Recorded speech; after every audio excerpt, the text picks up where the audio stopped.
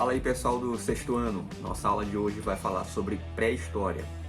A pré-história, como nós sabemos, é o período que se inicia com o surgimento das primeiras espécies do gênero Homo, que teria aparecido ali por volta de 2,5 milhões de anos atrás. E se encerra com o surgimento, com a invenção da escrita por volta ali de 5.000 anos antes de Cristo. Vale dizer que essa periodização, essa ideia de que essa divisão da pré-história, ela foi estabelecida por alguns historiadores do século XIX, historiadores europeus principalmente, que entendiam que só haveria história, só haveria conhecimento histórico se houvesse fontes escritas, se houvessem documentos escritos. Como na pré-história as populações, os grupos humanos não desenvolveram sistemas de escrita, então para esses historiadores do século XIX, a pré-história não há história na pré-história.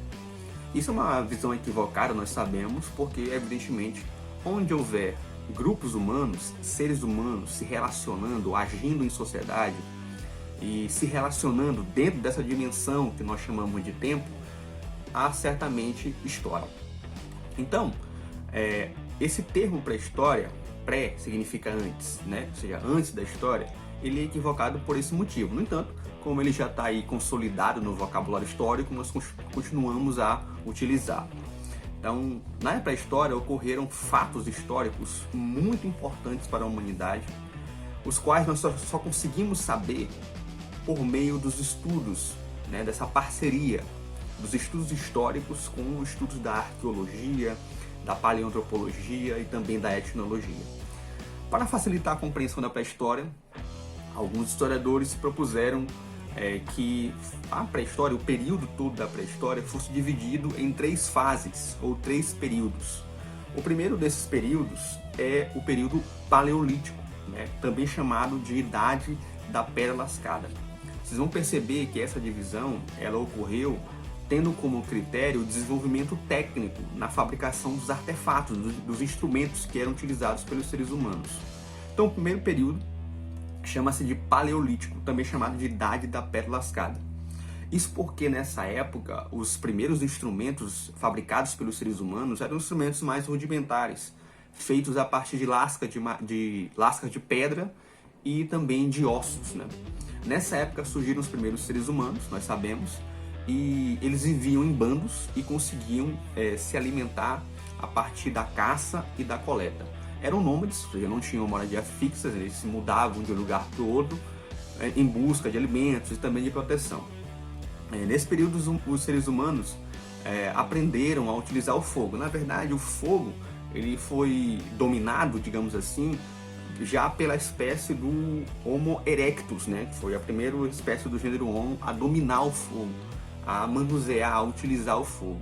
O fogo foi muito importante porque ele permitiu que se cozinhasse os alimentos, a carne especialmente, também afugentasse os predadores, animais ferozes, e também protegesse contra o frio. No último período ali do Paleolítico, a Terra enfrentava a sua última era glacial, que foi um período de resfriamento de grande parte do planeta.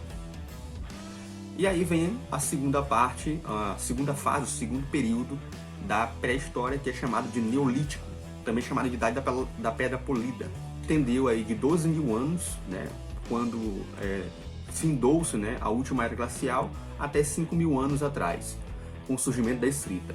Nesse período, os grupos humanos passaram a polir as pedras e produzir instrumentos mais resistentes. Algumas mudanças também ocorreram nessa época que foram muito importantes. Talvez a principal delas foi o surgimento da agricultura, a produção de alimentos, o cultivo de alimentos, que permitiu com que diversos povos se tornassem sedentários, ou seja, eles passaram a se fixar no local para justamente poder se dedicar ali à produção agrícola, ou seja, com moradia fixa. E também passaram a se dedicar à criação de animais, como ovelhas, cabras, porcos, bois e galinhas. O surgimento da agricultura e a criação de animais foi tão importante, teve um impacto tão profundo para a história da humanidade, que muitos historiadores chamam esse conjunto de mudanças de revolução agrícola ou também revolução neolítica. Aos poucos, o aumento da produção agrícola levou também à comercialização desses produtos, né? Porque muitos também havia muita sobra, né? Muitos desses produtos eram fabricados em grande quantidade e as sobras passaram a ser utilizadas nas trocas comerciais. E a partir de então, com esse crescimento da atividade comercial, surgiram os primeiros núcleos urbanos, as primeiras cidades, inclusive com a intenção de proteger o comércio contra a ação de ladrões, por exemplo, né? Até para a proteção da atividade comercial. As cidades mais antigas, né, segundo os estudos arqueológicos, né, foram encontradas na região de Jericó, na Palestina, né, e também na região de Çatalhöyük, na Turquia. E mais tarde, as cidades mesopotâmicas de Ur e Uruk. E por fim, a chamada Idade dos Metais, que se iniciou há cerca de 8.000 anos atrás e se estendeu até o século III, que é um período marcado aí pelo surgimento da metalurgia. Isso porque os grupos humanos começaram a fabricar instrumentos de cobre, de bronze e mais tarde de ferro. Metais esses que serviam para a fabricação de armas, esculturas e ferramentas variadas. Então, se hoje em nossas casas nós temos esses instrumentos de metal, né, instrumentos assim básicos, né, como uma colher, um garfo, uma faca, enfim, instrumentos de ornamentação, cordões e tal, naquela época surgiram esses primeiros instrumentos graças ao aparecimento da metalurgia. Beleza? Grande abraço.